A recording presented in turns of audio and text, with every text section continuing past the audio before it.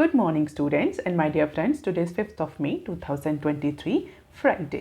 Business standard और mint की PDF के लिए आप इनकी रिस्पेक्टिव वेबसाइट्स ज्वाइन कर सकते हैं। इसके अलावा आप मुझे Telegram channel, Twitter, ResearchGate, Facebook और इंस्टाग्राम पर भी फॉलो कर सकते हैं। रिकमेंडेड प्ले स्पीड है इस वीडियो की 1.25x।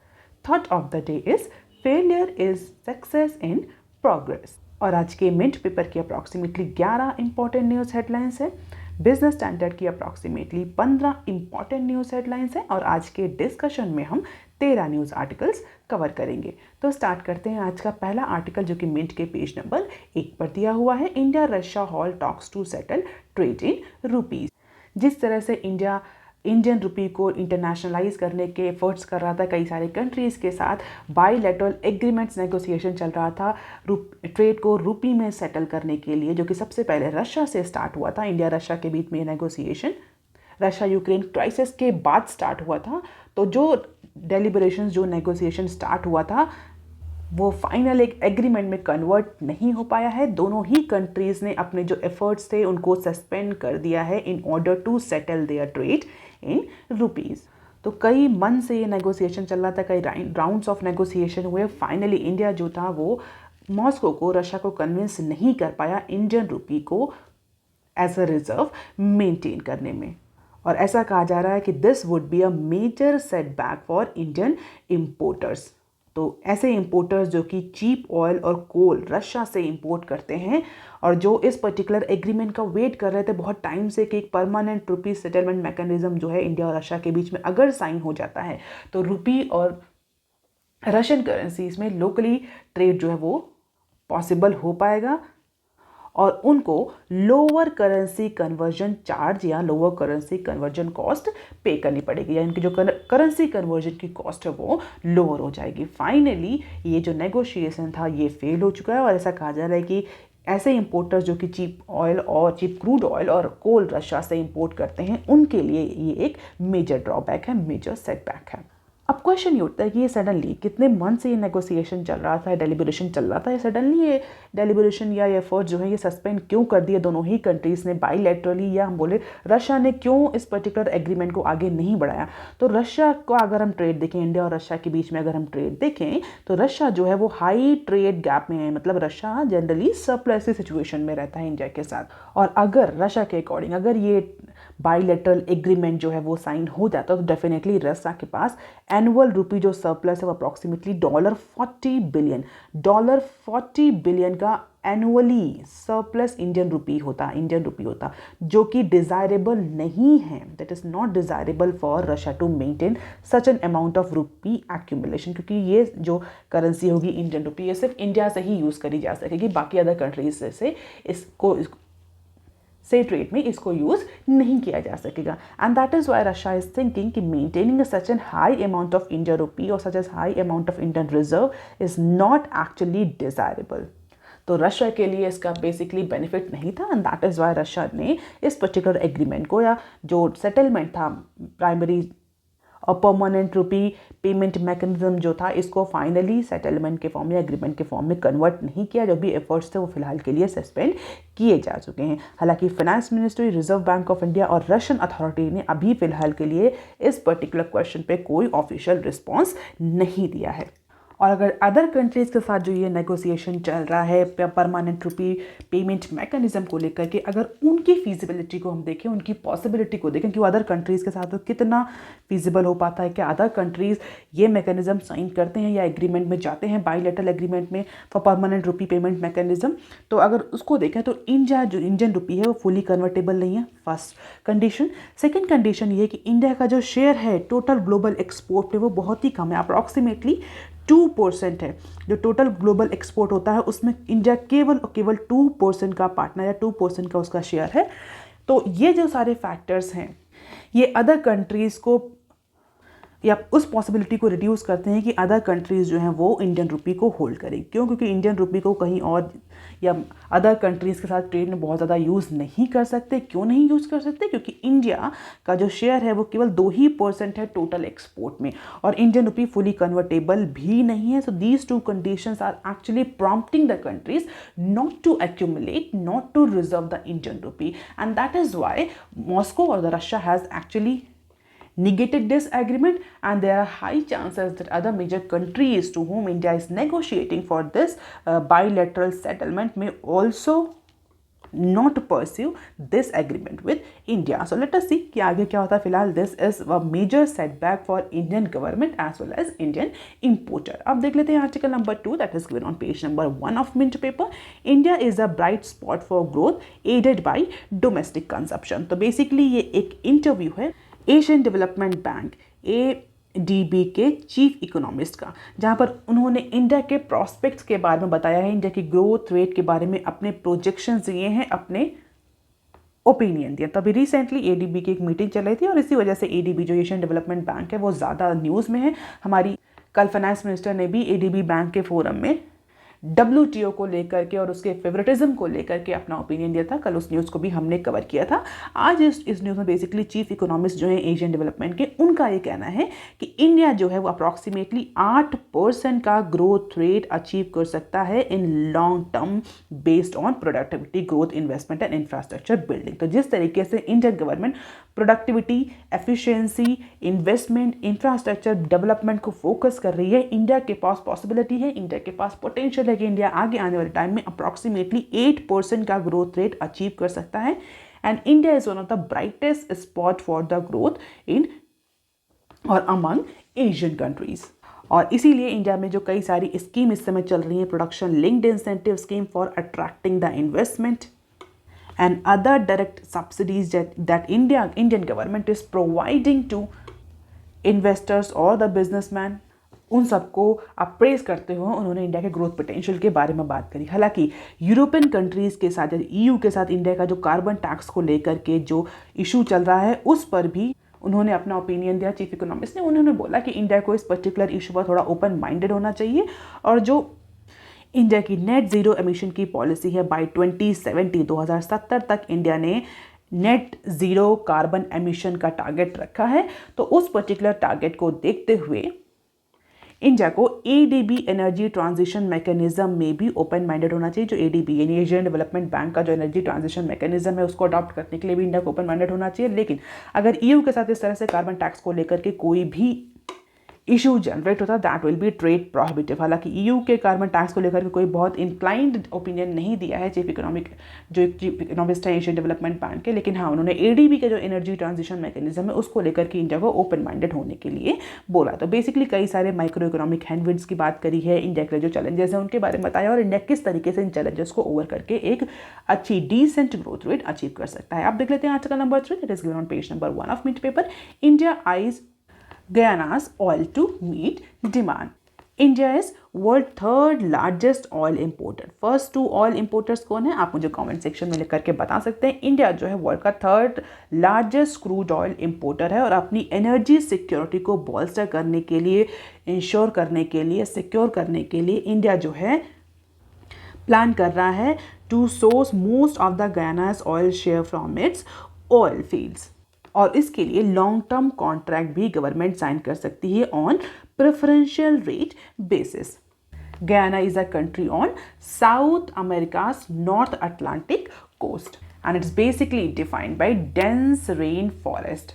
And in just a few years, Guyana has emerged as an oil powerhouse with more than 11 billion barrels of recoverable oil and gas founded by consortium that is led by Exxon Mobil. और इसी opportunity को India जो है वो tap करना चाहता है through long term supply contracts, जिससे कि इंडिया को क्रूड ऑयल के केस में, ऑयल के केस में स्टेबिलिटी ऑफर होगी थ्रू वोलाटाइल एनर्जी मार्केट्स. तो जो जिस तरीके से एनर्जी मार्केट पिछले कुछ टाइम से, अगर पैंडेमिक में देखें, रशिया यूक्रेन क्राइसिस में देखें, तो एनर्जी मार्केट जो बहुत ज़्यादा वोलाटाइल रही है, प्राइसेस जो कभी बहुत ज़्यादा हो गए और कभी बहुत डिक्रीज हो गए, बहुत डिक्लाइन हो गए. And that is why India is trying to, India is planning to sign a long term supply contract with Exxon Mobil that is the leading oil producer country in Guyana. तो basically इस particular axon lead consortium ने ही Guyana में जो reservoirs थे इस particular oil को लेकर के वो सर्च किए थे. That is why Guyana is the leading oil producer. Exxon is the leading oil producer in Guyana country and is planning to boost the nation's productivity capacity और production capacity up to 1 million barrel a day by 2027 तो 2027 तक approximately 1.2 million barrels per day capacity तक extend करना चाहता है Exxon Mobil. And Guyana's government share account for about 11% of the production, and that is why India is seeking to purchase most of this portion through long-term contract at preferential rate. तो India को एक decent और एक study supply मिलेगी इस particular country से, जो कि इस समय वर्ल्ड का मोस्ट सिग्निफिकेंट और रीसेंट ऑयल डिस्कवरीज में से एक है। रिसेंटली गयाना में ये ऑयल रिजर्व फाइंड आउट हुए हैं, और जैसा कि मैंने बताया कि एक्सॉन लेड कंसोर्शियम ने इस पर्टिकुलर रिजर्व को फाइंड आउट किया था। That is why India wants to tap this opportunity in order to ensure the energy security, energy और स्टडी एनर्जी सप्लाई। अगर हम इंडिया के कंजप्शन की बात करें तो इंडिया में approximately 5 million barrel per day का कंजप्शन है, और इसी ह्यूज कंजप्शन डिमांड को पूरा करने के लिए इंडिया फिलहाल साउथ अमेरिकन जो नेशन है गयाना, उसमें जो रीसेंट ऑयल डिस्कवरीज हुई हैं उसमें अपने शेयर को फाइंड आउट करने की कोशिश कर रहा है in order to meets it energy और एनर्जी डिमांड और energy need in upcoming future. तो बेसिकली ऑयल जो हम जो क्रूड ऑयल इंपोर्ट करते हैं, being a third largest oil importer, उस पर्टिकुलर स्ट्रैटेजी में हम अपने जितने भी जो हमारे ट्रेडिंग पार्टनर्स हैं, जितने भी हमारे जो सोर्स हैं, जो हमारे कंट्री से जहाँ से हम ऑयल इंपोर्ट करते हैं, उस सोर्स को हम डाइवर्सिफाई करने की कोशिश कर रहे हैं, और जो नई डिस्कवरीज हुई हैं उसमें भी इंडिया अपना शेयर फाइंड आउट करने की कोशिश कर रहा है। इन जुलाई 2021 Indian oil corporation, that is India's largest refinery, bought its first crude oil cargo from Guyana to conduct a successful trial। और जो ट्रायल रहा वो सक्सेसफुल रहा, और फिजिबिलिटी भी प्रॉपर रही, जो प्रॉपर कॉस्ट में, सफिशिएंट कॉस्ट में इंडिया इस पर्टिकुलर साउथ अमेरिकन नेशन से ऑयल इंपोर्ट कर पा रहा है। That is why now India wants to extend this trading into long-term contracts। अब देख लेते हैं some short news articles from Mitsui Osaka gas bid for renew CNI। तो जापान की मित्सुई और ओसाका गैस जो है उन्होंने नॉन बाइंडिंग बिड्स प्लेस करी हैं। किस लिए प्लेस करी हैं? 30% स्टेक खरीदने के लिए। किस में? Renew energy global PLC। तो रिन्यू एनर्जी ग्लोबल PLC के 30% के स्टेक को खरीदने के लिए, जिसके पास 2.5% गीगावाट का कमर्शियल और कमर्शियल प्रोजेक्ट पोर्टफोलियो है रेन्यू के पास, उसके 30% स्टेक को खरीदने के लिए दोनों कंपनीज ने अपने अपने स्टेक जो है, अपने अपने जो बिडिंग्स हैं वो डाल दी हैं। लेट अस सी किसको ये स्टेक मिलता है फिलहाल के लिए। The equity value of this transaction is expected around $300 million. So let us see कि आगे तक ये कॉन्ट्रैक्ट कैसे फाइनल होता है। अब देख लेते हैं next clip. Cognizant to fire 3,500 employees to save cost. तो कॉग्निजेंट जो एक बहुत इंपॉर्टेंट और लीडिंग IT कंपनी है, उसने रिसेंटली मार्च क्वार्टर में 3% का प्रॉफिट रजिस्टर किया। तो जितना प्रॉफिट एंटिसिपेट किया था उससे उतना प्रॉफिट नहीं हुआ। That is Y IT service company is trying to simplify its operating model and trying to optimize the corporate function, और जिसका इम्पैक्ट हमें वहाँ उनके एम्प्लॉयज़ पर देखने को मिलेगा। इस ऑप्टिमाइजेशन प्रोसेस का और इस सिंप्लीफिकेशन प्रोसेस का इम्पैक्ट हमें एम्प्लॉयज़ के काउंट पर देखने को मिलेगा। अप्रॉक्सीमेटली 3,500 जो एम्प्लॉयज़ हैं उनको कॉग्निजेंट फायर कर सकती है, या उनको टर्मिनेट कर सकती है, या उनको ले ऑफ कर सकती है in order to optimize the business operations and corporate functions so that the profit can be increased and cost can be minimized। तो 3,000 सिंप्लीफाइड फॉर्म में मैं बताऊँ 3,500 एम्प्लॉयज़ को कॉग्निजेंट निकालने की सोच रहा है। अब देख लेते हैं बिजनेस स्टैंडर्ड के आर्टिकल। बिजनेस स्टैंडर्ड का पहला आर्टिकल जो कि बिजनेस स्टैंडर्ड के पेज नंबर 1 पर दिया हुआ है, CACS handling client money in PMLA embed. PMLA stands for prevention of money laundering act 2005। तो 2005 में एक्ट इंप्लीमेंट हुआ था। किस लिए? नाम से पता चल रहा है, मनी लॉन्ड्रिंग जो होती है, जिस यहाँ पर हम ब्लैक मनी को वाइट मनी में कन्वर्ट करते हैं थ्रू डिफरेंट मेजर्स, उस पर्टिकुलर मनी लॉन्ड्रिंग प्रोसेस को रोकने के लिए, प्रिवेंट करने के लिए 2005 में ये एक्ट आया था। और रिसेंटली जिस तरीके से अभी रिसेंटली हमें मनी लॉन्ड्रिंग के केसेस बढ़ते हुए दिखे, अगर हम देखें तो उस पर्टिकुलर कंटेक्स्ट में जो सेंट्रल गवर्नमेंट है वो PMLA का जो स्कोप है, जो कवरेज है, उसको और ज़्यादा ब्रॉड करने जा रही है, और इसके लिए कुछ अमेंडमेंट्स लाए जा रहे हैं। So in order to further tighten its control of practicing accountant, the center has brought within the ambit of prevention of money laundering act। तो जो अब CS और CA जो ऑपरेट करते हैं, जो बेसिकली अकाउंटेंट और सेक्रेटरीज होते हैं, जो क्लाइंट के पैसे को मैनेज करते हैं, हैंडल करते हैं, अब उनको भी इस पर्टिकुलर एक्ट के पोव्यू में लाया जा रहा है। तो उनके जितने भी फाइनेंशियल ट्रांजैक्शन हैं such as operating and managing their client firms and trust and buying and selling of the business entities, तो जब CS और CA जितने भी फाइनेंशियल ट्रांजैक्शंस करेंगे on behalf of their client firms और क्लाइंट, चाहे वो ट्रस्ट को मैनेज करना हो, चाहे वो बिजनेस को सेल करना हो, बाई करना हो, किसी भी तरह के जो फाइनेंशियल ट्रांजैक्शंस हैं they all come into this PMLA act. तो यूनियन फाइनेंस मिनिस्ट्री ने एक गजट नोटिफिकेशन इशू कर दिया है वेडनेसडे को इसके लिए, और जो ये नए रूल्स हैं इसके तहत जो चार्टर्ड अकाउंटेंट्स हैं, कंपनी सेक्रेटरीज हैं, कॉस्ट एंड वर्क अकाउंटेंट्स हैं, जो ये सारे ट्रांजैक्शन करते हैं, कौन से ट्रांजैक्शन, फाइनेंशियल ट्रांजैक्शन जो कि ऑपरेटिंग और बिजनेस मनी के मैनेजमेंट से रिलेटेड होते हैं और क्लाइंट के बिहाफ पर जितने ये ट्रांजैक्शंस किए जाते हैं, अब ये जितने भी ट्रांजैक्शन होंगे all such transactions now be required to go through the know your company KYC process. तो किसी भी तरह के फाइनेंशियल ट्रांजैक्शन को on behalf of the client manage करने के लिए अब CS, CA और जितने भी वर्क अकाउंटेंट हैं उनको KYC नॉर्म्स को फॉलो करना पड़ेगा और KYC प्रोसेस को फॉलो करना पड़ेगा before commencing any such transaction, before commencing any such work. तो इसका मतलब क्या हुआ, अब इसका मतलब ये है कि CS, CA जो हैं ये जितने भी अकाउंटेंट हैं they are now working as a reporting entities, ये एक रिपोर्टिंग एंटिटीज की तरह वर्क करेंगे अगर ये क्लाइंट का मनी मैनेज कर रहे हैं। इट मीन्स ये गवर्नमेंट को रिपोर्ट करेंगे, किसके थ्रू रिपोर्ट करेंगे, KYC, यानी अगर कोई भी CS, CA जो है वो किसी भी क्लाइंट के कोई भी फाइनेंशियल ट्रांजैक्शन कर रहा है तो उस क्लाइंट को ये KYC नॉर्म फुल करना पड़ेगा। और ये किसकी जिम्मेदारी होगी, ये CS और CA की जिम्मेदारी होगी, अकाउंटेंट की जिम्मेदारी होगी कि वो ये फॉर्म फिलअप कराए अपने क्लाइंट से।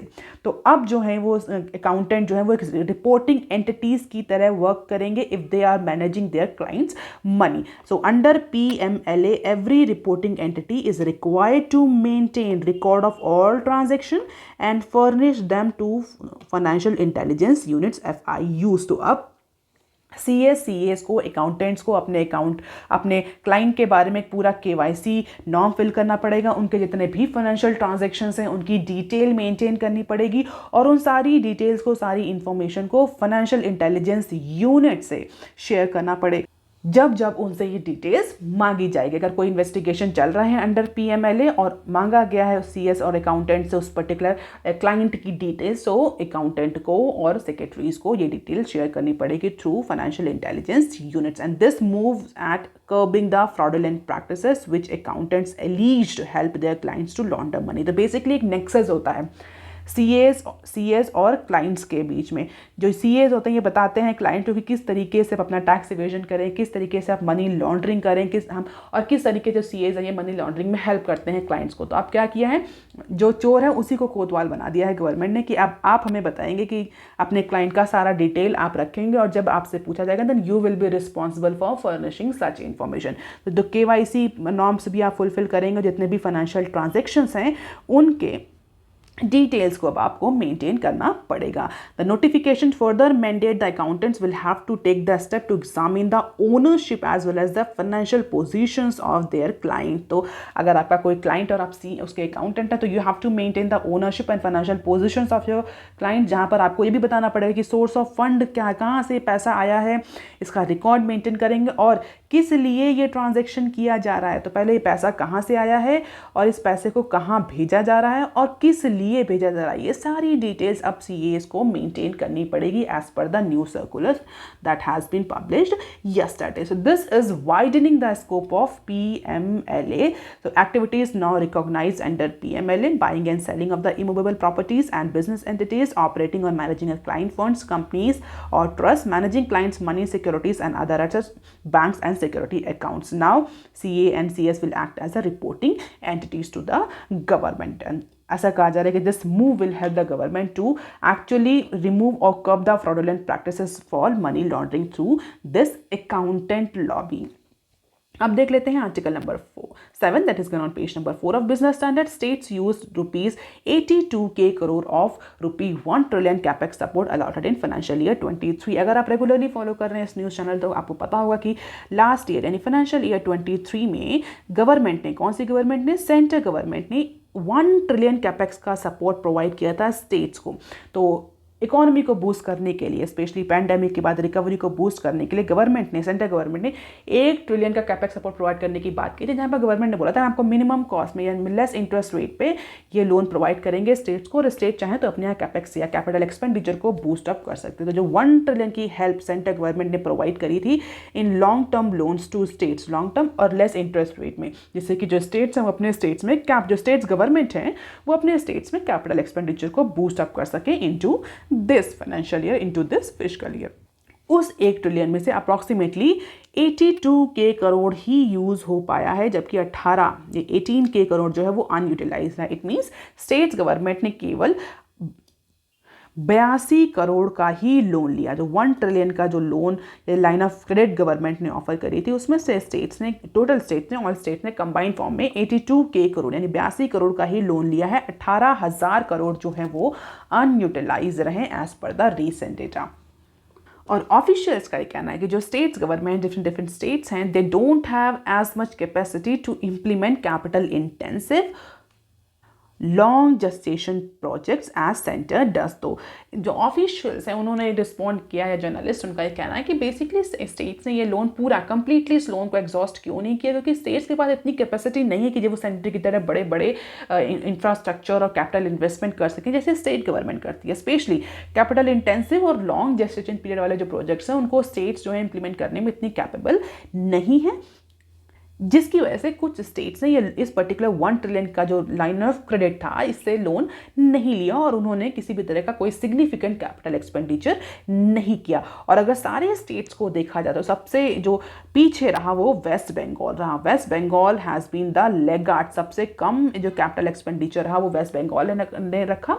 और इसका अगर हम पॉलिटिकल रीजन जानने की कोशिश करें तो बेसिकली एंटी बीजेपी पार्टी है यहाँ पर, ये हम बोल सकते हैं बीजेपी की रूलिंग नहीं है, दैट इज़ वाई ये थोड़ा सा पॉलिटिकल रीजन भी है इस पर्टिकुलर कैपिटल एक्सपेंडिचर के प्लान को लेकर के। हालांकि उत्तर प्रदेश भी इसी पर्टिकुलर लिस्ट में है। उत्तर प्रदेश भी अपना जो इंटायर अमाउंट जो उत्तर प्रदेश को एलोकेट किया गया था, जिसके लिए उत्तर प्रदेश इंटाइटल था बीइंग अ लार्जेस्ट स्टेट, तो वो भी अपना पूरा अमाउंट यूटिलाइज नहीं कर पाया। तो कुछ नॉर्थ ईस्ट के स्टेट, वेस्ट बंगाल और यूपी जैसे स्टेट जो है वो बिगेस्ट लेगार्ड रहे हैं इस पर्टिकुलर कैपिटल एक्सपेंडिचर प्लान में।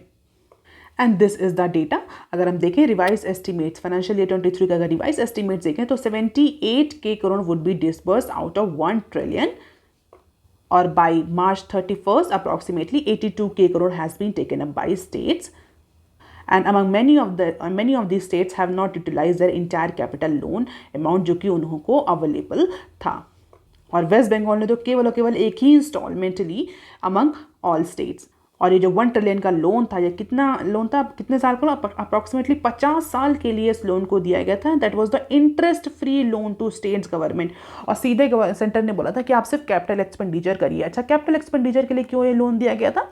सीधे कैपिटल एक्सपेंडिचर होगा तो इन्वेस्टमेंट इंक्रीज करेगा, एम्प्लॉयमेंट इंक्रीज करेगा, एम्प्लॉयमेंट इंक्रीज करेगा तो इनकम होगी, पब्लिक के हाथ में इनकम होगी तो डिमांड होगी, डिमांड होगी तो इकोनॉमी जो है बूस्ट अप करेगी। तो सेंटर ने ऐसा सपोर्ट प्रोवाइड किया था स्टेट्स को। फिलहाल बहुत सारे जो स्टेट्स हैं वो इस अमाउंट को यूज नहीं कर पाए हैं। And this is the infographics about or performance of different states on this particular capital expenditure plan। तो रेड बार जो है वो इंडिकेट कर रहा है capex target set by centre और capex announce in state budget. तो स्टेट बजट में कितना कैपिटल एक्सपेंडिचर अनाउंस किया गया था, तो हम देख सकते हैं सबसे ज़्यादा जो पोर्शन मिला था वो उत्तर प्रदेश को मिला था, followed by Karnataka and Maharashtra. लेकिन अगर यूटिलाइजेशन की बात करें तो utilisation most of the state जो है वो फुल नहीं कर पाए हैं थ्रू दिस allocated amount। अब देख लेते हैं बिजनेस स्टैंडर्ड का article number 8 that is given on page number 6 of business standard. Ministry to seek funds for next gen tech research. तो नेशनल ग्रीन हाइड्रोजन मिशन का जो एम्पावर्ड ग्रुप है उसकी फर्स्ट मीटिंग हुई है 5 मई को, यानी आज होनी है। और इस पर्टिकुलर मीटिंग में मिनिस्ट्री ऑफ हैवी इंडस्ट्री ने एक प्लान जो है वो प्रपोज किया है या प्रपोज करेगी मिनिस्ट्री ऑफ हैवी इंडस्ट्री, जिसको हम MHI भी बोलते हैं। किस लिए प्लान प्रपोज करेगी? A detailed strategy to seek funds for next generation technology research. तो नेक्स्ट जनरेशन टेक्नोलॉजी रिसर्च को प्रमोट करने के लिए, नेक्स्ट जनरेशन टेक्नोलॉजी रिसर्च को इंक्रीज करने के लिए जो मिनिस्ट्री ऑफ हैवी इंडस्ट्री है वो एक डिटेल स्ट्रैटेजी का प्लान जो है प्रपोज करेगी। तो भारत हैवी इलेक्ट्रिकल्स जो है वो इस नेक्स्ट जन टेक्नोलॉजी रिसर्च को करेगी और इसके लिए मिनिस्ट्री ने अप्रॉक्सीमेटली 1866 करोड़ का जो फंड है वो प्रपोज किया है under the pilot project and R&D heads of current fiscal year. तो फाइनेंशियल ईयर 24 के लिए केवल 1866 करोड़ का फंड जो है वो मिनिस्ट्री ऑफ हैवी इंडस्ट्री जो है वो सीक करने जा रही है।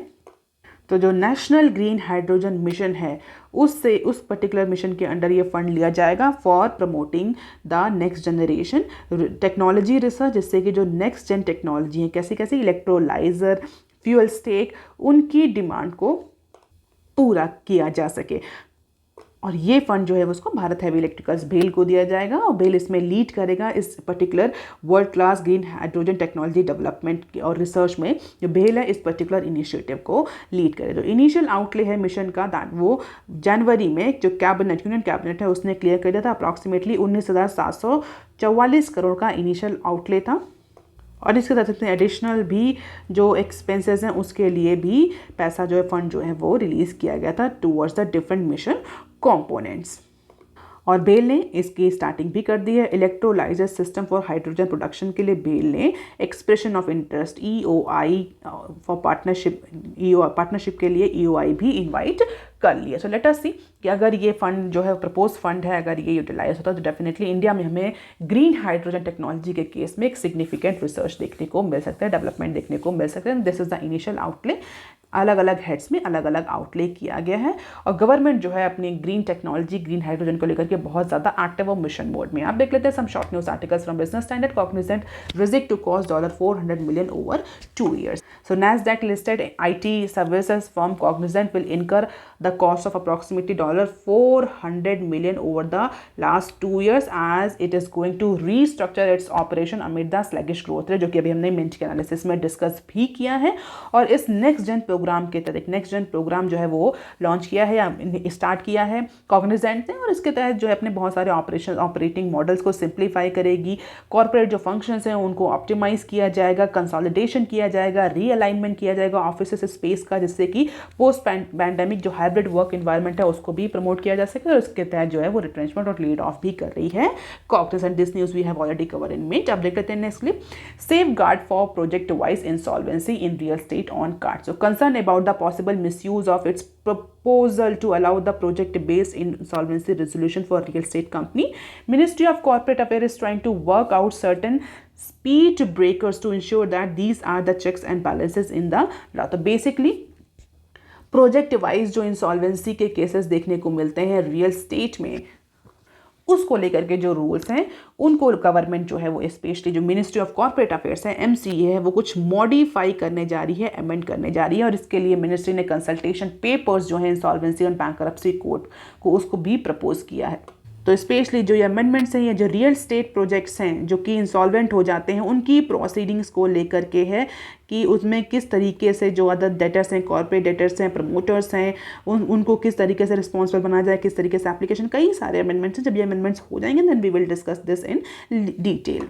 अब देख लेते हैं next lessor oppose to Go First insolvency resolution plea. तो फाइनली जो गो फर्स्ट है उसने अपना NCLT में अपनी रेजोल्यूशन प्लिया जो है वो फाइल कर दिया है। And the lessors of Go First aircraft on Thursday oppose the airlines plea to admit insolvency. तो फाइनली इंसॉल्वेंसी को अपोज करने की बहुत ज़्यादा अपोजिशन देखने को नहीं मिला NCLT की दिल्ली ब्रांच में। And tribunal reserve its order after listening to the argument of both sides for 4.5 hours।